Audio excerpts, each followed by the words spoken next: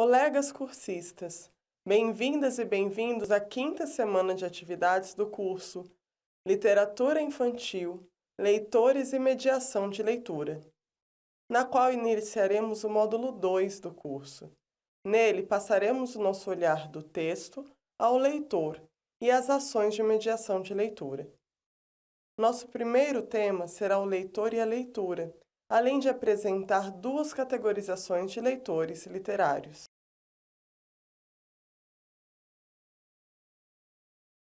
Alice já estava cansada de ficar sentada com a sua irmã na margem do rio, sem ter o que fazer. Uma ou duas vezes havia espiado o livro que a irmã estava lendo, mas ele não tinha figuras nem diálogos. Para que serve um livro, pensou Alice, sem figuras e nem diálogos? Trecho de Aventuras de Alice no Subterrâneo, de Lewis Carroll. O leitor e a leitura. No início de Aventuras de Alice no Subterrâneo, Carroll nos apresenta duas possibilidades de leitor: a irmã de Alice, imersa em um texto, e a própria Alice, que ainda não consegue compreender o que há de tão interessante ali. Desvendar essas representações de leitor nos auxilia a pensar nos nossos leitores da vida real, que encontramos nas escolas, nas bibliotecas, nos ônibus, ou mesmo quando se torna difícil encontrá-los. A decodificação.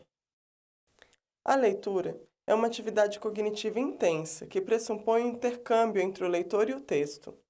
Aprender a decodificar é um exercício que se inicia nos primeiros contatos com a vida social, tornando-se cada vez mais complexos. Lemos o mundo a cada instante, os sinais, os signos, nossas percepções sensoriais. E a literatura é fundamental para nos ajudar a nomear e entender essas realidades desde a primeira infância, antes mesmo de sermos alfabetizados. Vamos entender essa lógica através de duas categorizações: a de desenvolvimento do leitor e a de processos cognitivos durante a leitura. As categorias de desenvolvimento do leitor literário, segundo Nelly Novaes Coelho.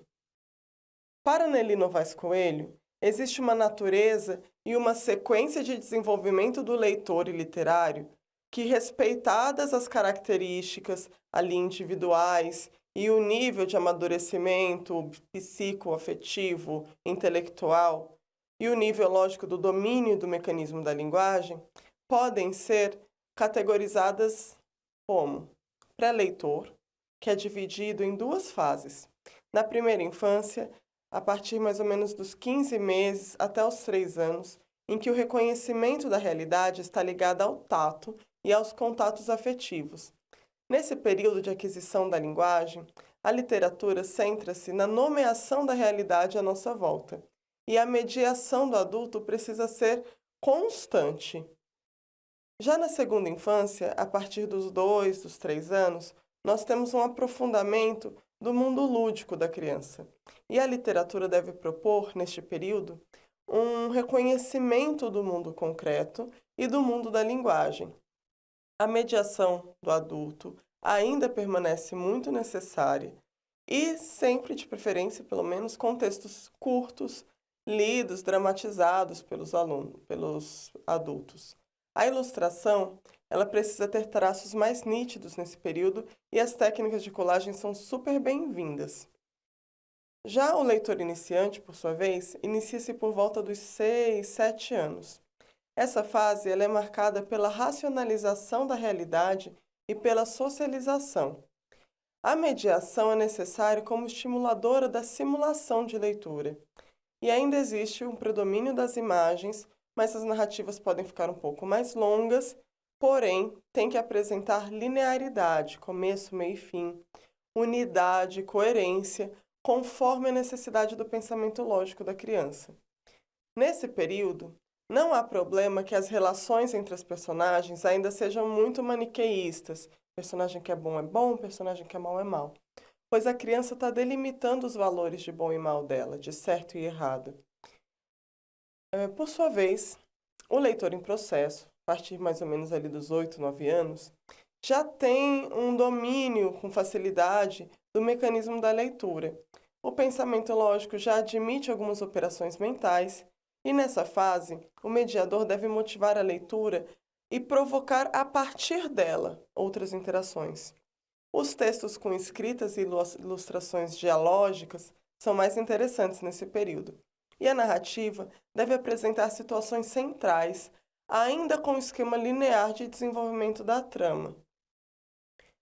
O leitor fluente, a partir dos 10, 11 anos, já demonstra capacidade de reflexão e concentração maior, com possibilidade de pensamento hipotético dedutivo, tornando possível reconhecer as ironias na obra, por exemplo. Ele também consegue dispensar as imagens, reconhecer a ambiguidade nos valores dos heróis e dos vilões. O engajamento em grupos e equipes também faz parte da rotina desse leitor e é reconhecível nas obras. O mediador aqui deve ser um líder entusiasmado, um desafiador generoso. E, por fim, o leitor crítico ocorre a partir dos 12 ou 13 anos. Nessa fase, o domínio da leitura já é total e existe capacidade de refletir profundamente a visão de mundo presente naquela obra. Aqui, o conhecimento de rudimentos básicos da teoria literária auxilia com que ele entenda plenamente, completamente, as regras do jogo da linguagem. Lembrando que todas as idades colocadas aqui seguem uma expectativa de infância em contato constante com livros. Mas, mesmo que não se obedeça à idade, o processo de aquisição da leitura é basicamente o mesmo. Os tipos de leitor, de acordo com Lúcia Santaella. Lúcia Santaella é uma semioticista brasileira que categorizou 4 tipos de perfis cognitivos de leitores. Para essa pesquisadora, existe o leitor contemplativo, o leitor movente, o leitor imersivo e o leitor ubíquo. A definição de seus leitores acompanha o desenvolvimento social e industrial da nossa sociedade ocidental.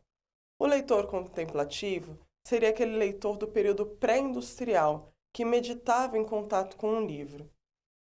O leitor movente já acompanha a Revolução Industrial, o mundo em movimento, dinâmico, que mistura os sinais e as linguagens de acordo com a própria sociedade em que vive. É o leitor do cinema, por exemplo. O leitor imersivo surge com a internet.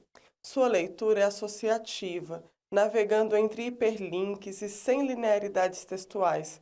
Ele vai conectando nexos, seguindo roteiros multilineares, interagindo com os textos, com as imagens, com as músicas, com os vídeos e assim por diante. E nesses fragmentos ele é capaz e é livre para estabelecer a ordem das informações. Já o leitor ubíquo reúne características tanto do leitor movente quanto do leitor imersivo. Ele transita com prontidão entre o mundo físico dos sinais e dos signos e o mundo do ciberespaço informacional, sem interromper os processos cognitivos. Imagine, enquanto você está assistindo aqui essa aula, você ao mesmo tempo responde as mensagens no seu celular e interage com pessoas da sua família e do trabalho que estão no mesmo espaço físico que você, de forma contínua, sem deixar de ler nenhuma dessas dimensões de comunicação. E elas fazem sentido.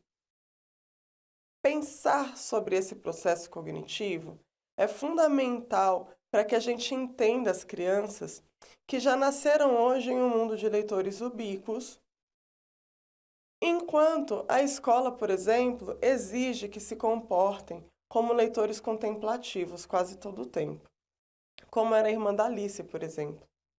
Porém, elas estão em desenvolvimento e, caso sejam apresentadas antes da hora a algumas formas literárias, podem não ter interesse, conforme a própria Alice, quando viu o livro Sem Figuras e Sem Diálogos. Nós precisamos nos apropriar desses conhecimentos e também de formas de mediação que estejam vinculadas às diversas dinâmicas cognitivas que encontramos nos espaços de promoção de leitura, mas sem deixar de considerar o desenvolvimento do nosso leitor. A nossa aula fica por aqui. Espero que tenham gostado. Não deixem de fazer as atividades da semana. Uma ótima semana para todas e todos vocês.